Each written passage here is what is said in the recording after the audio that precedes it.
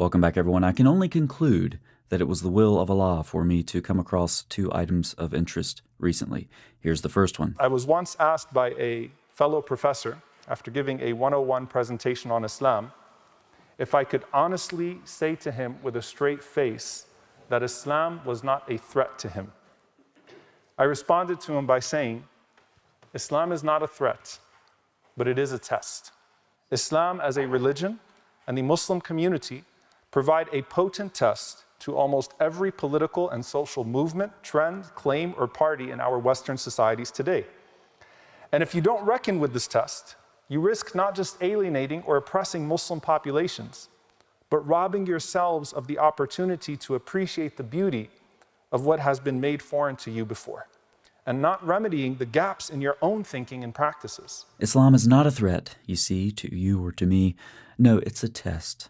It's a test. It's a test for all of us. It's a test for our character. It's a test for our worldview, our beliefs. It's a test for our society. It's a test for our country. It's like the gold standard against which we can compare ourselves and see where we're lacking. Say that with a smile on your face in front of a room of uncritical people, afraid to ask tough questions because they might be called Islamophobes, and you know, it almost seems believable in a fairy tale kind of way. But I do wonder, what would Christians in Nigeria think about this? The New York Post reports that thousands of Christians have been deliberately targeted and killed in Nigeria by terrorists. I'll put the link to this article in the description box. It reads in part, "The killing, persecution, and displacement of Christians in Nigeria is unrelenting and a time bomb," according to a major new report.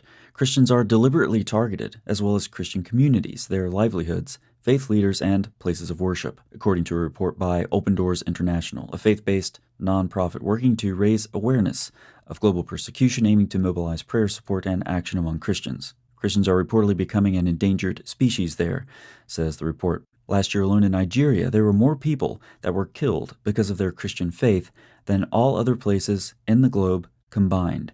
That's from Ryan Brown, the CEO of Open Doors. He added that in Nigeria, 4,998 Christians were killed because of their faith. And what religion do you suppose is responsible for this violence? I'll give you a hint. It's a test, not a threat. Attacks on Christians are said to have been carried out by Islamist terror groups Boko Haram and the Islamic State of West Africa Province, and predominantly Muslim Fulani militants. When the Fulani gunmen came to attack, they could be heard shouting that familiar phrase, "Islam is a test, not a threat." Just kidding, they were shouting, "Allahu Akbar, Allah is the greatest.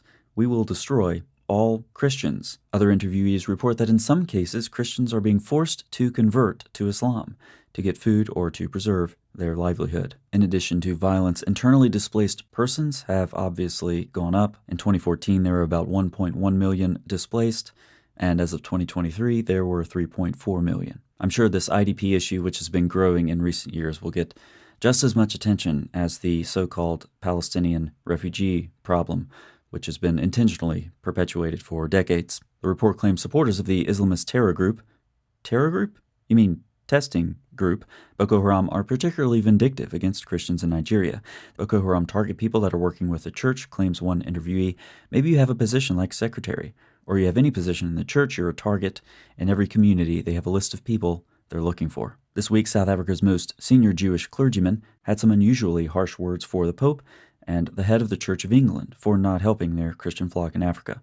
Chief Rabbi Warren Goldstein released a statement declaring they stand by passively as their fellow Christians in Africa are butchered by jihadi groups with direct ties to Israel's enemies in Gaza and the West Bank. Groups like Boko Haram, ISIS, and al-Shish-Kebab are the ideological brothers in arms of Hamas. One parent interviewed for the Open Doors report explained, "My children, each time they hear anything, they panic or go into hiding because it triggers the trauma.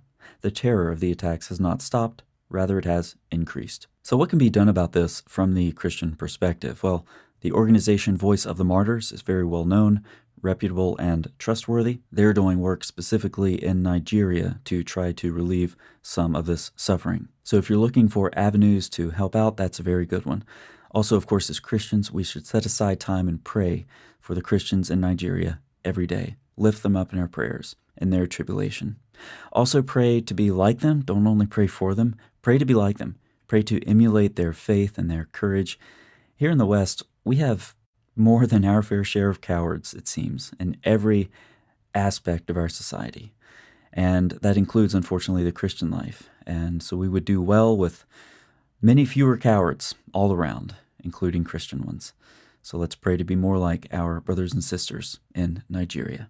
Thanks so much for watching. I'll see you next time.